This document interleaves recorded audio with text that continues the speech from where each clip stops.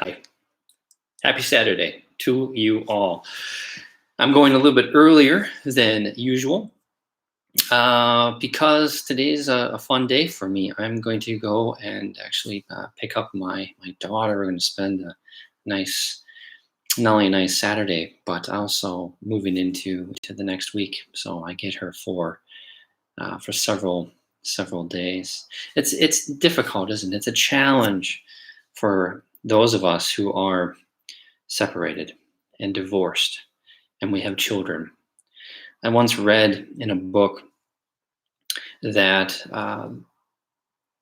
the shame of the divorce it's an unnecessary burden, but it's the burden that we give to our children, and that you can either agree with that or you don't have to. I mean, you think it's crazy, but at least when I read that, I was it cut me deep because the destruction, the implosion of my relationship, my marriage to my child's mother.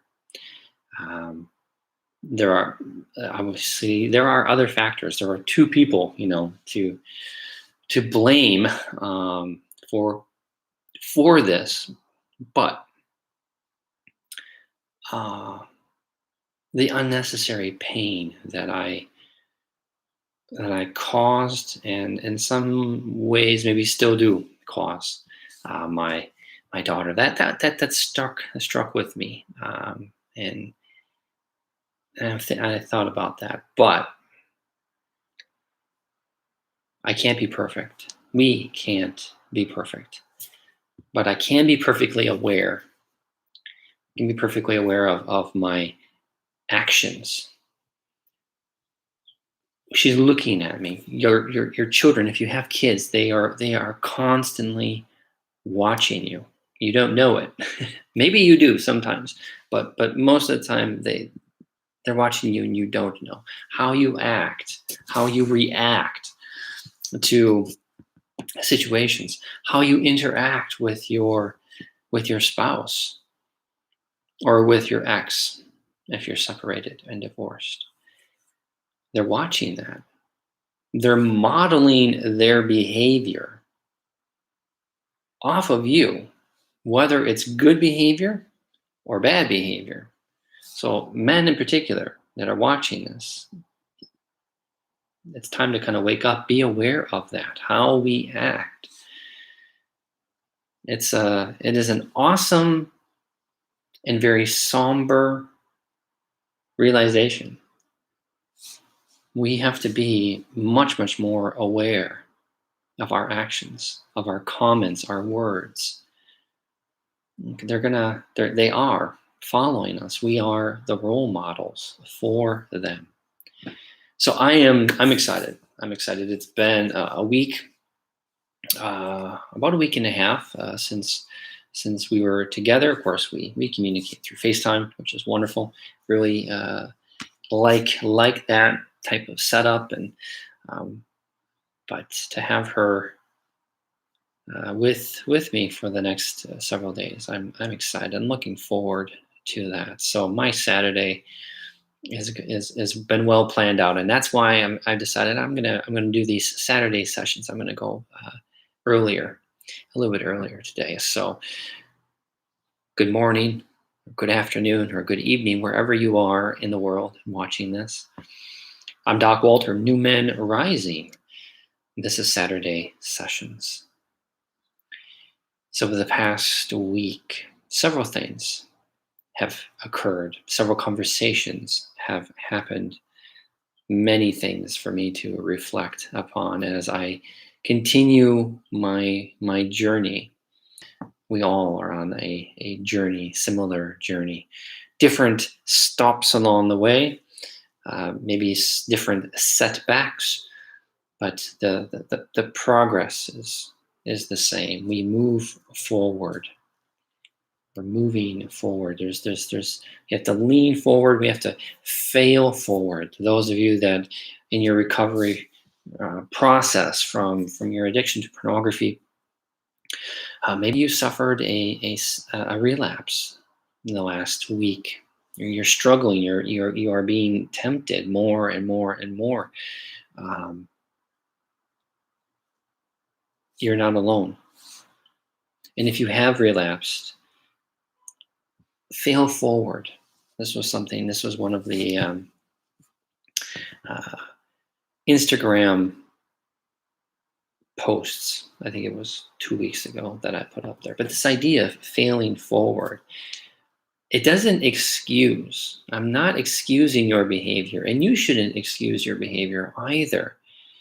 But from that relapse experience, you you can still move forward. Track your pattern, track the triggers, and with each relapse, you actually get better.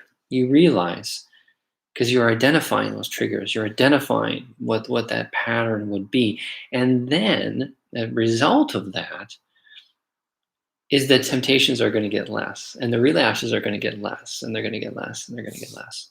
So, in fact, your your recovery is moving forward. So we have to kind of shift our mind a bit. We're not failing backwards. We're actually kind of failing forwards because we're making progress. We're making progress. Yeah. Not just today, but this past week, I've been part of my morning routine. I've incorporated some music. And last week it was beautiful jazz musician Bobby Timmons. If you haven't, check him out.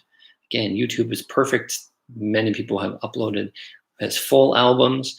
Some people have uploaded and made available just some single tracks from his I don't know 6, 7, 8 albums that he put out in the 1960s.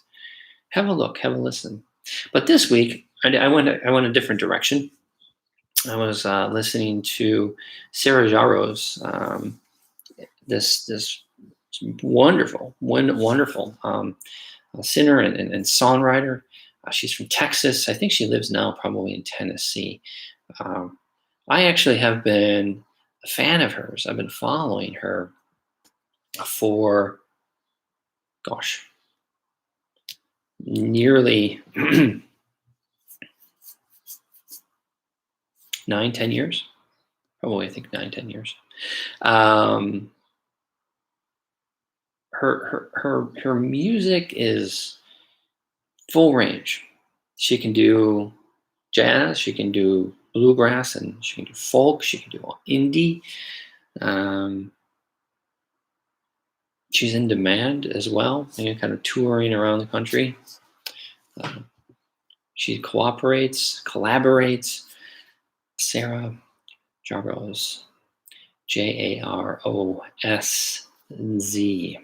And she has a new album that's coming out. And so, again, YouTube was great because I got a notification. I subscribed to her channel.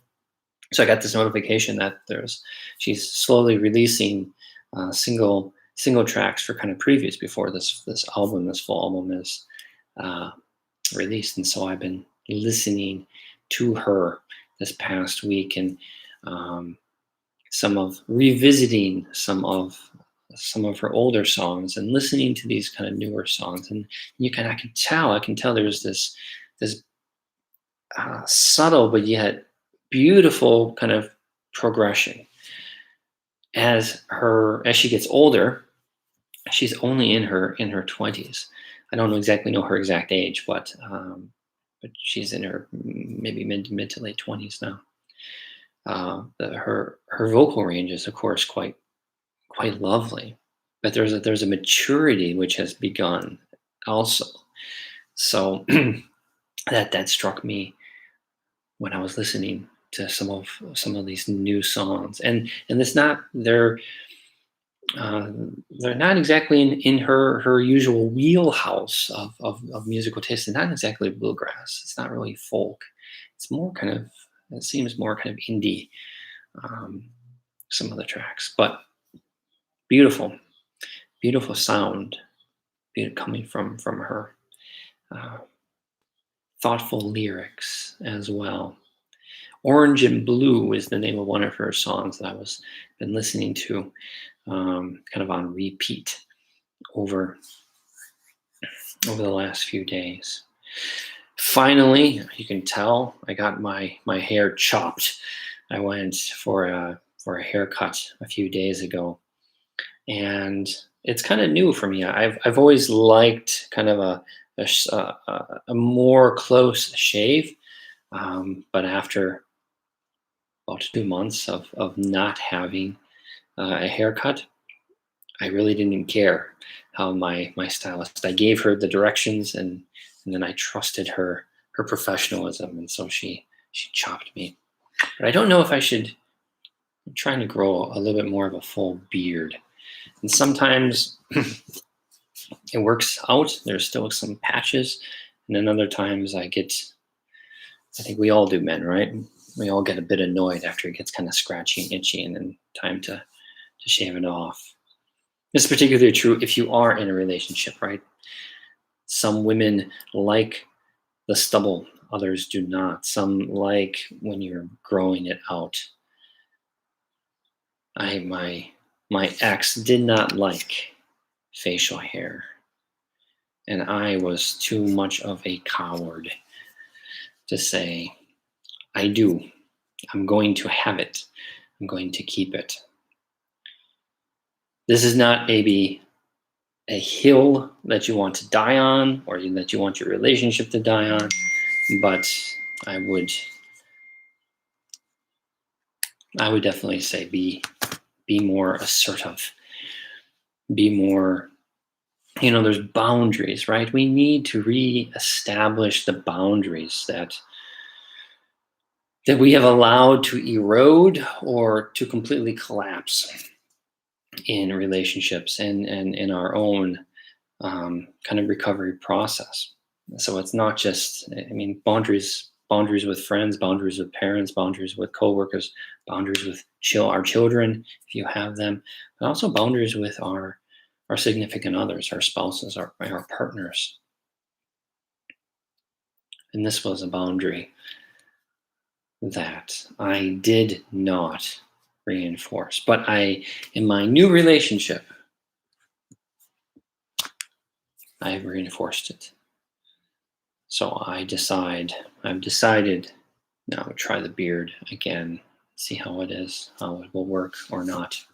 You can see I like this position where I am. I get the sun from here, but there's some shadow still occasionally. So for those of you that are maybe slightly annoyed with the dark, I apologize. I'm perfectly aware. We cannot be perfect. No one is perfect. No human is perfect. So to strive for perfection, whether that be in our own self-development or for specifically thinking and talking about our recovery, you're not perfect. I am not perfect. The recovery will not be perfect because we are going to have relapses. We are going to be irritated. We are going to have arguments.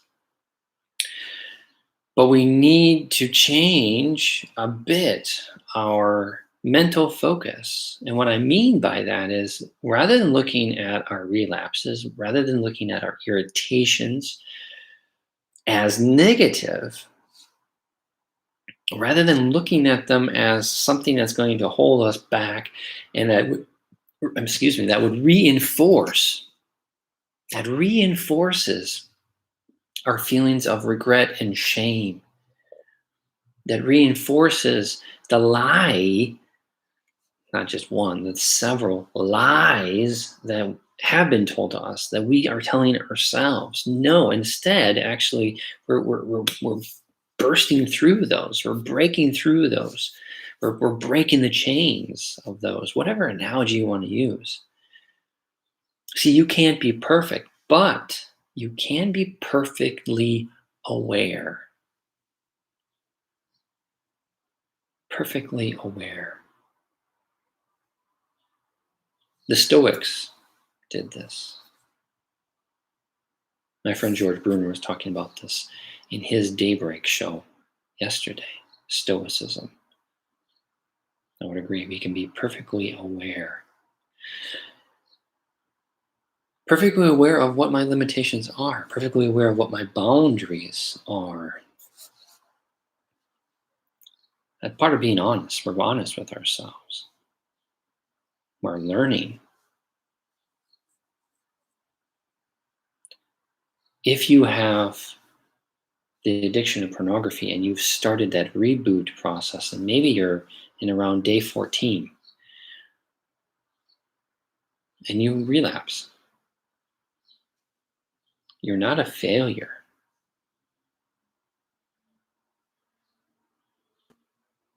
Journal. And if you don't want to journal, you should, but if you don't want to, just write down. Well, what were your emotions? What was the thing that triggered you? Because I guarantee it wasn't just that one day. It probably was the preceding 2, 3, 4 days.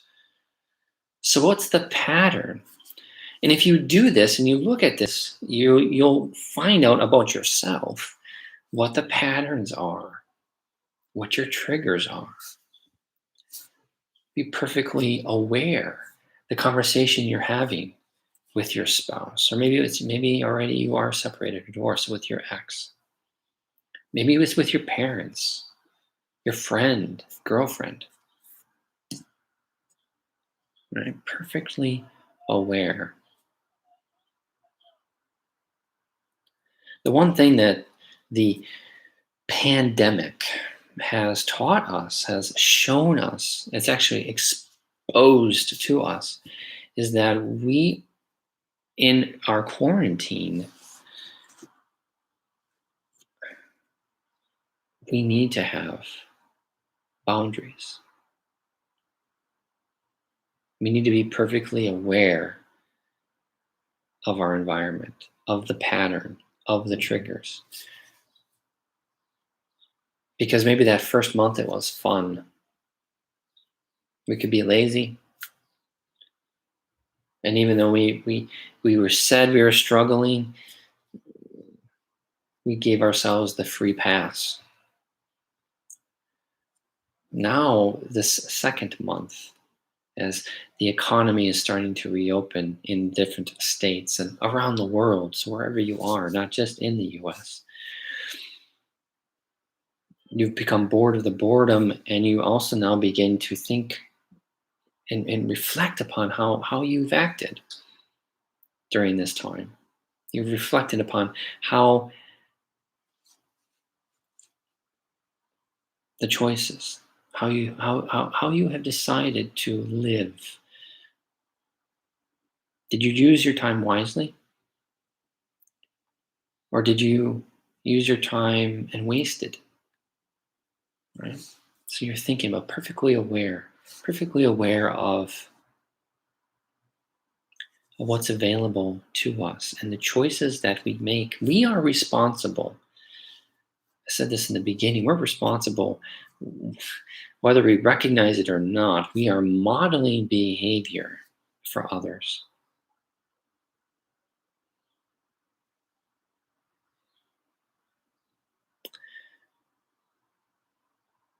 This pandemic exposed that this addiction, pornography,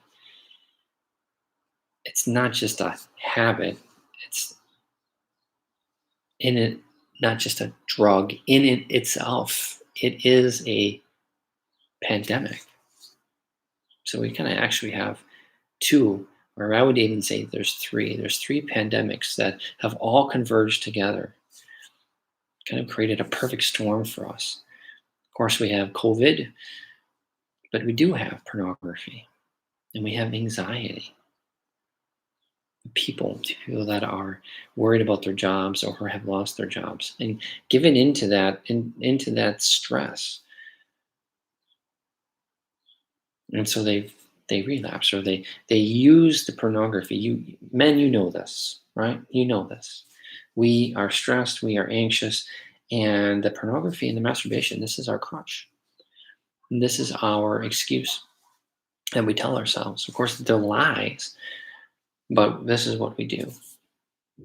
We have used it as a crutch for when we are stressed, when we are anxious, when we are treated poorly by others. It gives us comfort, but it's actually not comforting because it only makes us feel worse afterwards. There is no comfort. That's not sustainable. No, it's not sustainable. We have to be perfectly aware of why it's not, right? Our feelings, our emotions afterwards.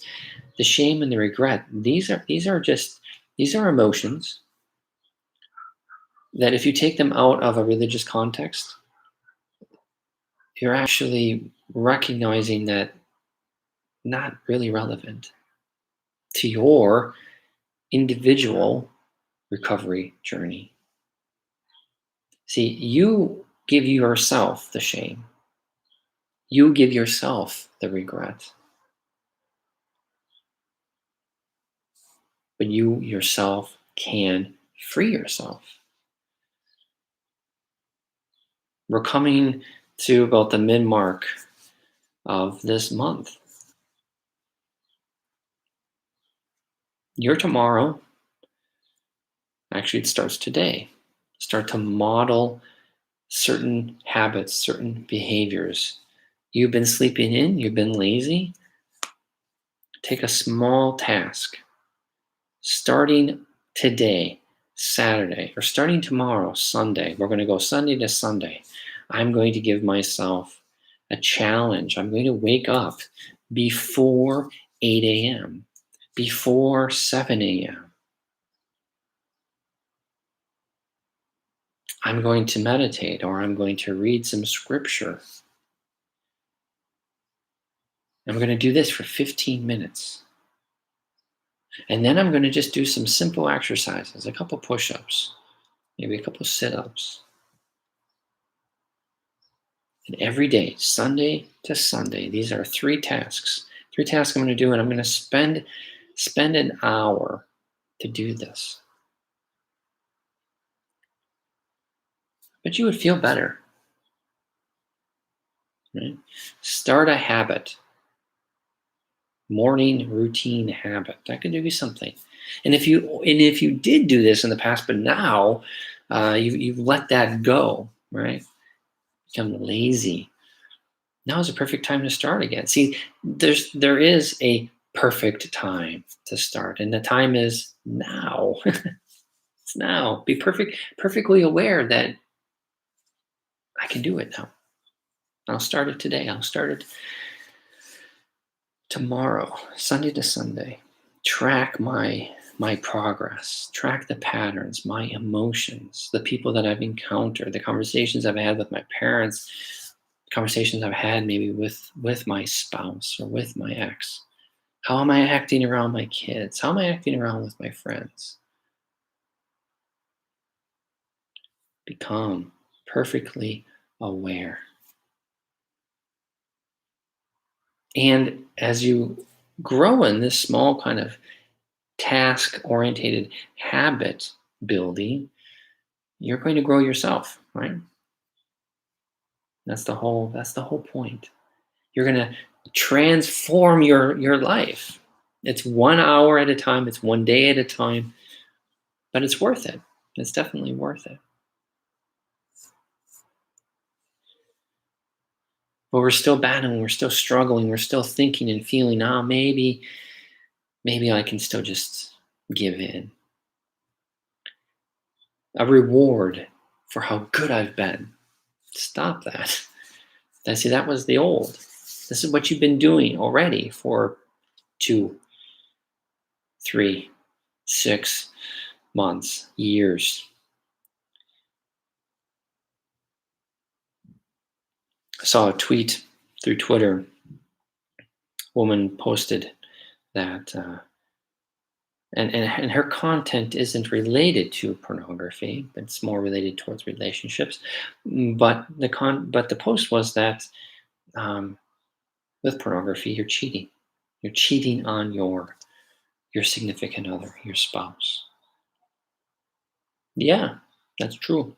Let's be real. Let's get real about porn. We know the statistics. This is also a truth. You've got a real life person in the room next door, in the bed next door, but yet you want to wake off to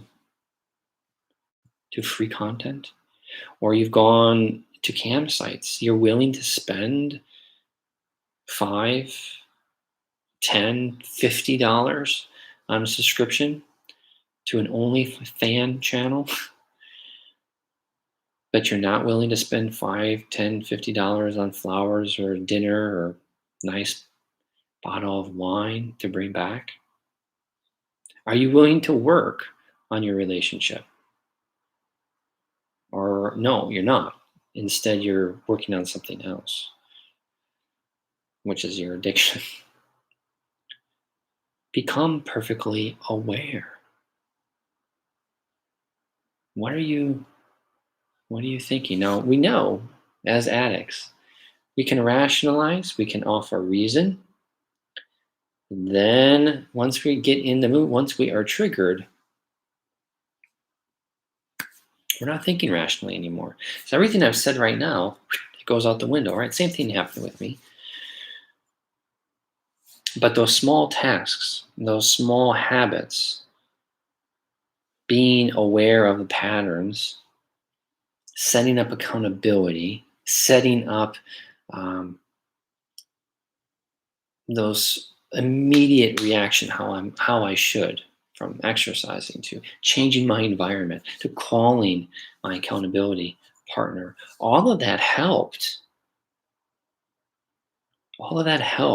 as I made my recovery, and to the point of being recovered. So it's something else I would strongly suggest that you do these things also. It's going to take time, but the progress you see and the ultimate success that you're going to reach, it's all worth it. Perfectly aware, though. Perfectly aware. Are you serious about your relationship? Those of you that are in a relationship, are you serious about it? You may not be physically harming that person. You may not be verbally abusive, mentally even abusive towards them. You shouldn't be. But look, that's be honest, that's be real. You're cheating on them with porn. And it's not, come on. It's no longer VHS tapes, it's no longer magazines. The content it's real and it's right in your face. Actually, I was thinking earlier this week about these women, about these girls, 20s, 18, 19. They're their 20s. Those that are then maybe there's some that are older, but still, they're creating OnlyFan accounts. They're creating cam accounts. They're selling themselves, gentlemen. They're selling themselves. You're pimping them. You're paying them. You're paying them for sex. The only actual difference is you're having sex with your hand. But you're watching them. They're watching them.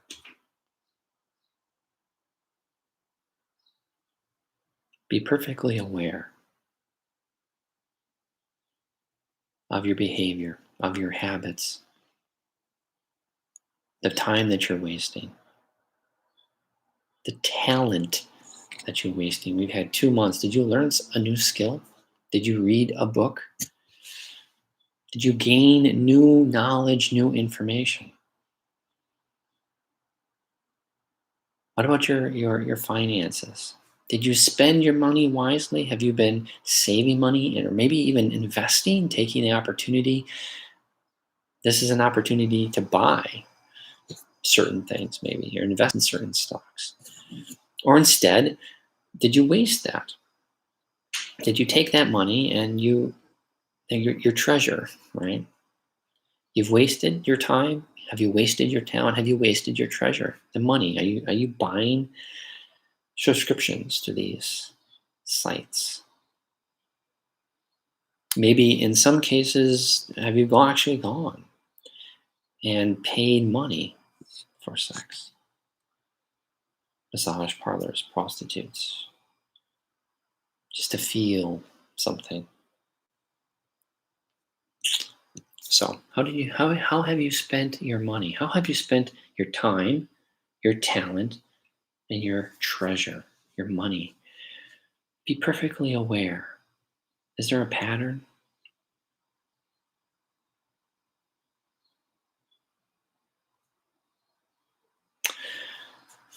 So, thoughts on these things as we move forward. We look back upon this week. What have we done? How have we spent our time, our talent, our treasure? We growing perfectly aware of patterns, of triggers, of people. How did I act? How did I respond to my friends, to my family, to my spouse, to my children? What do I need to change? What do I want to change? See, there's a want, there's a need, there's a want, and then there's actually action. Are you willing to take that action? If you are, you know what to do. First, you got to subscribe, then you got to contact me. Set up an appointment. Let's make this happen. Your tomorrow begins today. Be perfectly aware for your Saturday. Your tomorrow, it begins today. Blessings.